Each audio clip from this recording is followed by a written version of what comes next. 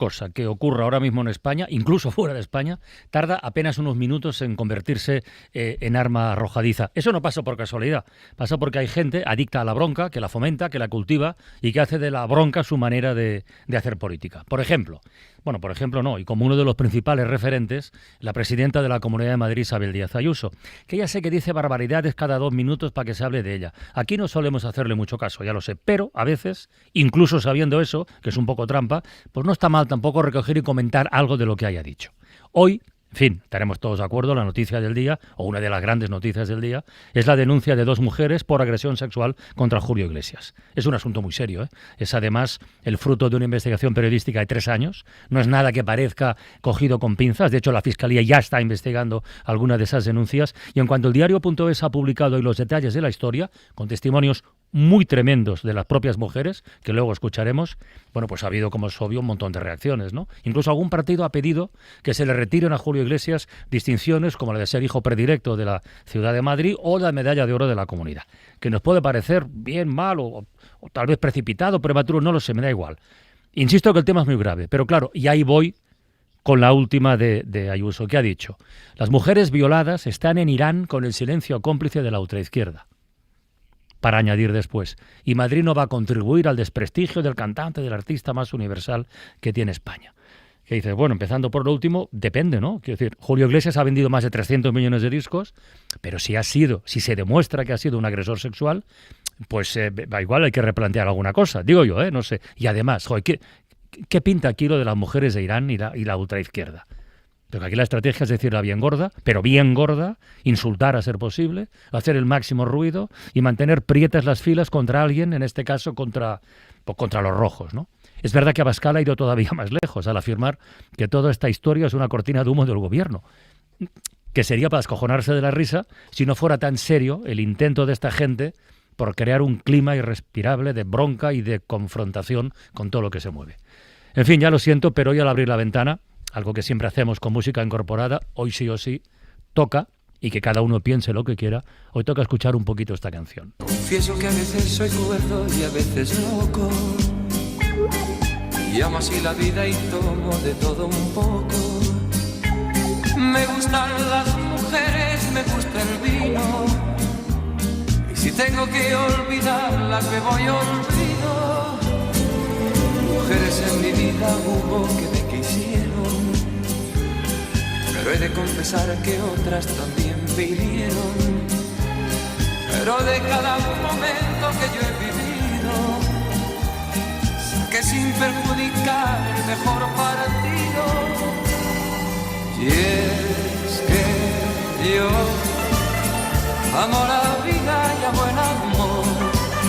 Soy un truán, soy un señor, algo bohemio y soñador. Y es que yo amo la vida y amo el amor. Soy un truán, soy un señor y casi fiel en el amor. Elena Cabrera, buenas tardes. Hola, ¿qué tal? Buenas Elena tardes. Cabrera es una de las periodistas del diario.es que ha participado activamente en esta investigación de casi 3 años, que ha desembocado en la noticia que hoy ha provocado un auténtico terremoto a todos los niveles. Vamos a hablar con ella, con Isaías Lafuente, Marta Delgado, Luz Sánchez Mellado. Buenas tardes, bienvenida. Oye, antes de que empecemos a conversar, felicidades por el trabajo, por cierto. Gracias. De verdad, enhorabuena de compañeros y de compañeras. Esto yo creo que no solo felicidades para vosotros, sino que es un bombazo de autoestima para nuestro oficio. Yo, antes de empezar a conversar, por si alguien se lo ha perdido, me gustaría escuchar algunos de los testimonios de estas mujeres que han presentado la denuncia, porque a veces viendo o escuchando cómo alguien explica algo, bueno, pues se pueden extraer unas u otras conclusiones, ustedes mismos. Me ofreció como meterme los dedos anal y yo le decía a él que no, que yo no quería eso. Entonces, no, es que te va a gustar. Y yo, no, señor, no quiero. Y él, claro, me mete los dedos por ahí. A lo que para mí eso fue muy, muy, muy, muy, muy doloroso. Y yo, por favor, para. Me dolió mucho, porque también en ese momento me bofeteaba la cara durísimo, así con muchísima fuerza. Horrible. Hacían lo que quieran conmigo. ¿Hay más? Julio me pregunta a mí si mis senos eran operados. Y yo respondo con tranquilidad y normalidad de que sí. Entonces él me pide que me levante de la silla y que se los muestre. Y yo me sorprendo porque, o sea, no es una petición como normal, ¿no? Entonces dice, sí, no pasa nada. O sea, párate allá y los muestras y ya. Entonces yo sentí como la presión de, no solamente de él, sino de los espectadores, que en este caso eran mujeres. Entonces, yo digo, bueno, pues accedo, aunque para mí no estaba bien, para todos los demás parecía que sí estaba bien. Y entonces es ahí donde yo digo, bueno, o sea, la loca soy yo, los locos son ellos. Pues yo sentía vergüenza, o sea, esto no es algo normal. Entonces él me dice, pero no te muevas, boluda, que no veo. Entonces yo, ¿sabes? Me sentí como que me estaba haciendo un examen médico. Elena, ¿por dónde empezamos la conversación después de escuchar esto? Esto supuestamente sucedió en Punta Cana, en la República Dominicana, y en las Bahamas en 2021. O sea, no es algo de hace un montón de años, de hace mucho tiempo atrás, sino bastante reciente. No se empieza por donde quieras. ¿Cómo os llega esto, por cierto? ¿Cómo os llega y cómo reacciona una cuando le llega algo así? Sí, podemos empezar por ahí. Porque además me parece bonito darle cierto crédito, porque va a quedar totalmente invisibilizado, a la persona que nos pone en la pista de esa historia, porque es un hombre. Es un hombre del entorno de las trabajadoras en ese momento de la casa de Julio Iglesias. Es alguien que es conocedor de lo que está sucediendo allí y que se da cuenta de que lo que le están contando a él le parece que son abusos, le parece que son agresiones. Es posible que la persona que se lo cuente no lo refleje de esa manera, ¿no? Sino más bien, esta es la vida que llevo, es horrible, mi jefe me trata mal, trabajo 16 horas diarias y además tengo que ir a su habitación por las noches y hacer todo lo que me pide. Mi trabajo es horrible. Yo creo que esa persona le debe decir, bueno, es que tu trabajo es horrible, pero es que esto igual es un delito. Esto que te están haciendo no deberías consentirlo. Yo imagino que esas fueron sus conversaciones.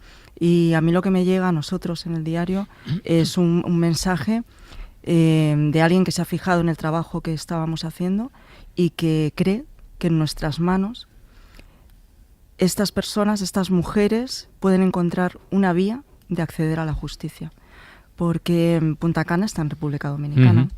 Estas mujeres con las que nosotros hemos hablado, hoy hemos publicado los testimonios de dos, una es dominicana y la otra es venezolana, uh-huh, que es trasladada a Dominicana para trabajar allí. Pues no viven en países donde haya muchas garantías para poner una denuncia por violencia sexual. A veces en España pensamos que tampoco las tenemos, por muchos casos que hemos visto, pues imaginaos en estos países donde las leyes no son tan garantistas, donde la justicia pues hay donde hay mucha corrupción y donde además él tiene también la nacionalidad dominicana, además de la española, y es una persona muy poderosa y muy temida. Así que me gustaría celebrar, la verdad, que el periodismo hoy demuestre que es una manera para estas mujeres de acceder a la justicia o de dar un primer paso y también de ayudarlas a entender que hay que parar a los poderosos, que al menos hay que intentarlo. No creo que han sido las primeras mujeres que lo intentan, no lo creo, ellas no lo piensan así, ellas piensan que puede haber habido otras compañeras antes que hayan querido hablar y que no hayan encontrado la vía oportuna para hacerlo. Bueno, pues aquí se demuestra que a base de contar la historia, primero a este hombre que os pone en la pista, después a vosotros, periodistas, que estáis dispuestos a publicarlo, ellas dan el paso decisivo que es presentar una denuncia, que ya veremos el recorrido que tiene, pero que ya ha empezado a correr. Sí. Esa es la secuencia. Eso es. Nosotros... Habéis hablado con un montón de gente, no solo con estas dos mujeres. Sí, sin duda. Son 3 años de investigación y el primer año consiste en reunir documentación, información, sin conseguir alcanzar a contactar a ninguna de ellas. Imagínate, ¿no? esa información que nos dan al principio, pues hay que ver si es real, y si es alguien que se está inventando, Claro. que conoce Sí. esto, pues primero Bueno, hay es lo que hacer... dice el entorno de Julio Iglesias, ¿no? Porque habéis hablado también con ellos y lo desmienten todo. Mm, Dicen que todos son patrañas y tal. Mira, ojalá nos lo hubieran desmentido, porque la única persona que nos ha dado respuesta es una trabajadora Ujú. de él, que aparece aludida en el texto, y que ha dicho efectivamente que son patrañas y que eres un hombre maravilloso. Pero él no ha dado respuesta a nuestras preguntas, y les hemos dado un plazo muy generoso de respuesta, y además nos hemos asegurado que él recibía las preguntas. Se las hemos mandado de mil maneras. Su abogado, pero es que incluso hemos ido a la puerta de sus casas en diferentes países a entregar las preguntas, y sencillamente lo que ha hecho ha sido ignorarnos y bloquearnos, y no querer saber nada de esto. Ni siquiera no hago comentarios, esto es mentira, nada. Es que ni siquiera su abogado nos ha querido dar una respuesta, ¿no? Como si no fuera con él, pero a mí me parece que el impacto de esta noticia no lo vas a poder eludir durante mucho tiempo. No. Es que lo que vosotros describís, y por las pruebas que habéis recabado, además del testimonio de ellas, describís a dos mujeres en ese momento muy jóvenes, muy vulnerables, de barrios pobres, que trabajaban como internas, decías tú, de hasta 16 horas, o sea, explotadas, a las que seleccionaban por su aspecto, les pedían fotos antes de hacerles las entrevistas. En el tiempo que estaban en las mansiones tenían prohibido, por ejemplo, tener novios, ni siquiera podían salir durante largas temporadas. Esto se parece mucho al modus operandi de las redes de trata. Y espero que la Audiencia Nacional esté a la altura de una denuncia, ¿no?, de esta magnitud.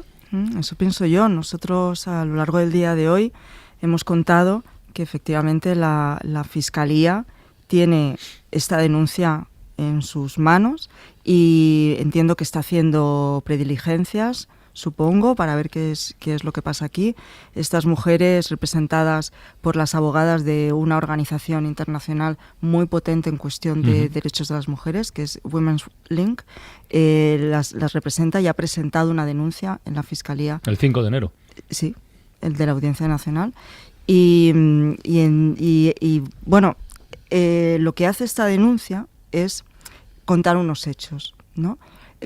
Y apuntar a unos posibles delitos. Pero claro, eso es la Fiscalía quien tiene que ver si hay delitos o no los hay. Pero de todas maneras la denuncia intenta encauzar lo que las abogadas entienden, porque conocen muy bien estos dos casos, qué delitos puede estar ahí sucediendo. Y una es la trata de seres humanos con fines de imposición de trabajo forzado y servidumbre. Claro. Nosotras en las entrevistas nos han dicho en varias ocasiones que sentían que aquello era esclavitud, que se sentían como esclavas, no solamente por este sistema de control y de abuso que ellas relatan, sino con detalles que no son menores, como el uniforme. Hemos sacado una fotografía donde se ve, por supuesto no aparecen sus rostros, porque una prioridad de toda esta historia es mantener protegerlas, no se conozca su identidad, pero nosotras las conocemos muy bien, y tenemos una fotografía donde podéis ver cómo visten. Nos decía una de ellas que les recordaba a los vestidos de las esclavas de Simón Bolívar, y es que las viste así, las controla, no le gusta que engorden, y entonces mira a ver cuánta comida se echan en el plato, les dicen no te eches tanto, no te sirvas, con mucha severidad, ¿no?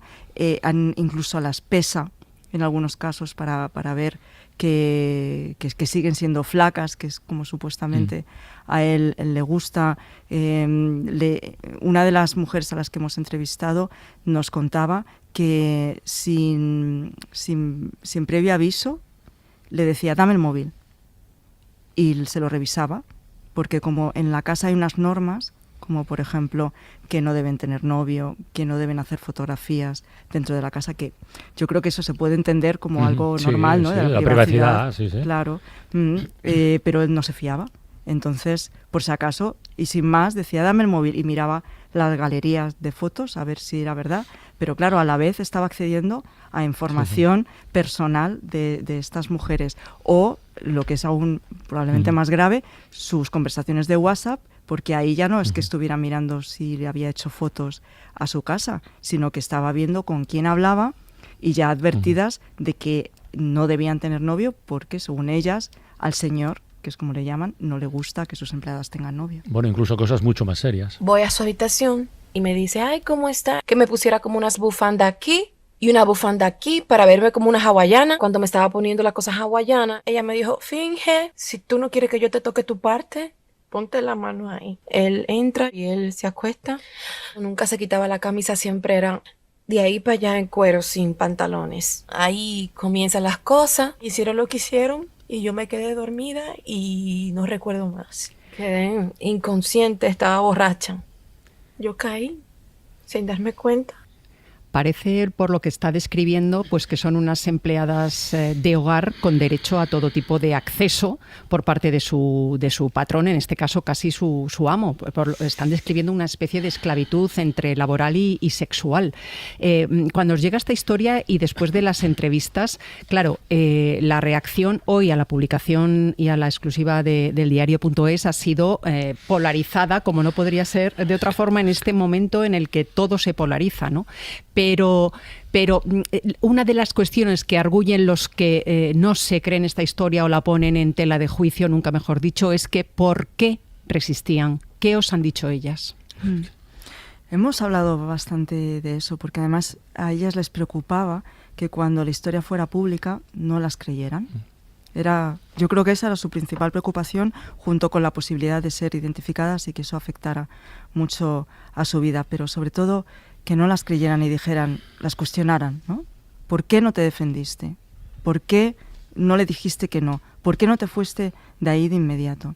Así que ellas creo que se han esforzado mucho en explicar bien cuáles son las circunstancias de ellas y del trabajo allí. Entonces, pensemos. Primero, hablamos del año 2021, estamos en pandemia. Estamos hablando de una villa cerrada en Punta Cana, que es una urbanización de lujo en República Dominicana, donde casi nadie tiene acceso, donde no hay nada que hacer más allá de los muros de la villa, donde él dice, como tengo miedo a contagiarme, vosotras no podéis salir y no vais a poder librar hasta dentro de 3 o 4 semanas o mucho más o cuando yo quiera, y no podéis salir de la casa ni siquiera a comprar. Pero cuidado, los hombres sí pueden salir de la casa, salir, entrar, las jefas sí pueden salir, entrar, pero ellas no. Y entonces esta sensación de estar encerradas, de estar en una prisión, se combina con la autoridad, ¿no?, severa y agresiva que él ejerce sobre ellas. Ellas saben que él es un hombre poderoso. Se sienten atenazadas, se sienten controladas. Es que no pueden ni decir una palabra más alta o decir algo que le contraríe, porque entonces él se revuelve, se enfada, las grita. Ellas han visto cómo despide a alguien porque sí esa mañana, porque se ha levantado mal o porque ha hecho algo que no le gusta, y ellas tienen un sueldo en pandemia. Entonces, un sueldo que no está mal, 25.000 pesos dominicanos, que al cambio son 350 euros, que nos parece poco, pero en verdad para allí 25.000 pesos es un buen salario, y por eso cogen este trabajo, aunque sea en régimen interno, que es algo que les dificulta mucho su vida. Si tienen familia dejan de verla, si viven en Santo Domingo pues ya olvídate, ya no vuelven allí, y entonces viven en este sistema de control y le temen a su furia, y le han visto tanto en la intimidad como en espacios más compartidos con otras personas, y temen a sus reacciones. Nada de lo que yo hiciera estaba bien. Uno tolera todo ese tipo de abusos porque él te hace normalizarlo. Él te dice, te estoy enseñando. Empieza como a hacerte ese trabajo psicológico donde tu cuerpo sabe que eso no está bien, pero tu mente, como él está ahí trabajándote, te empieza a normalizarlo. Desde luego, si todo es como se cuenta, es que estamos hablando de un nuevo derecho de pernada del señor respecto a la gente que vive a su lado, a las mujeres que viven a su lado, a su servicio doméstico en principio, pero engañadas después les conducen a otro tipo de relaciones. Yo no sé si habéis investigado y hablado con expertos que os hayan hablado de la vía judicial. No sé si el hecho de que Julio Iglesias tenga doble nacionalidad facilita o entorpece una posible causa penal. Sí que hemos hablado, también hemos conversado bastante con las abogadas de Women's Link que llevan este caso y ellas veían muy claro que él es ciudadano español, que los delitos son muy graves y que la justicia española es la que debe actuar. Y por eso, yo creo que por eso se han dirigido aquí a la Fiscalía de la Audiencia Nacional. Y él además, ¿quién es Julio Iglesias? ¿No? Antes de hoy, ¿quién era ayer Julio Iglesias? Si os acordáis, si todavía podemos recordar quién era Julio Iglesias ayer. Julio Iglesias era un icono de España, era el artista español más internacional. Alguien que encima ha sido recuperado generación tras generación. No solamente nuestros padres y abuelos y nosotros hemos cantado y bailado canciones de Julio Iglesias, sino que ha llevado el nombre de España, que ha sido recordada, ha sido una intermediación política incluso entre España y Estados Unidos. Es alguien que ha tenido a los Clinton alojados en su villa de Punta Cana. Es marca España, ¿no? Podríamos. Bueno, de hecho estuvo trabajando o digamos formando parte de la escuadra de marca España oficialmente por el Ministerio de Exteriores. Entonces, ¿qué va a hacer la justicia española ahora que todos hemos conocido estos testimonios y estamos horrorizados? O sea, yo creo que mínimo tiene que investigar. Y a mí lo que me gustaría, lo que espero de todo esto es que la Fiscalía presente una querella, porque aunque las mujeres que hemos entrevistado y que prestan su testimonio sienten que esta ha sido la vía de la del periodismo, la vía para acceder a la justicia, el primer paso, también sienten que se puede ir más allá y que se puede hacer una justicia aún más real, que sea reparadora. Yo creo que el periodismo lo es, por eso soy periodista, confío en ello y ellas han confiado también en el periodismo como esa vía, pero sería una lástima que España no demuestre que efectivamente cuando conoce unos hechos como estos no actúa. Pues habrá que verlo. Elena Cabrera, periodista del diario.es. Oye, de verdad enhorabuena y muchísimas gracias por venir a La Ventana a contarlo. No, muchas gracias por vuestras palabras, por acogernos. Ánimo, ¿eh? Gracias. Ánimo. La Ventana, con Carlas Francino. En Línea Directa puedes asegurar tu coche, tu casa, tu moto y hasta tu mascota. Pero sobre todo, puedes asegurar lo más importante, tu salud. Con acceso directo a especialistas, sin pasar por el médico de cabecera, mejores hospitales y menos esperas. Yo lo elegiría, porque tu salud no espera. Seguro de salud desde 19,90 € al mes y sin copagos. Llama al 917-700-700 o ven directo a lineadirecta.com. El valor de ser directo.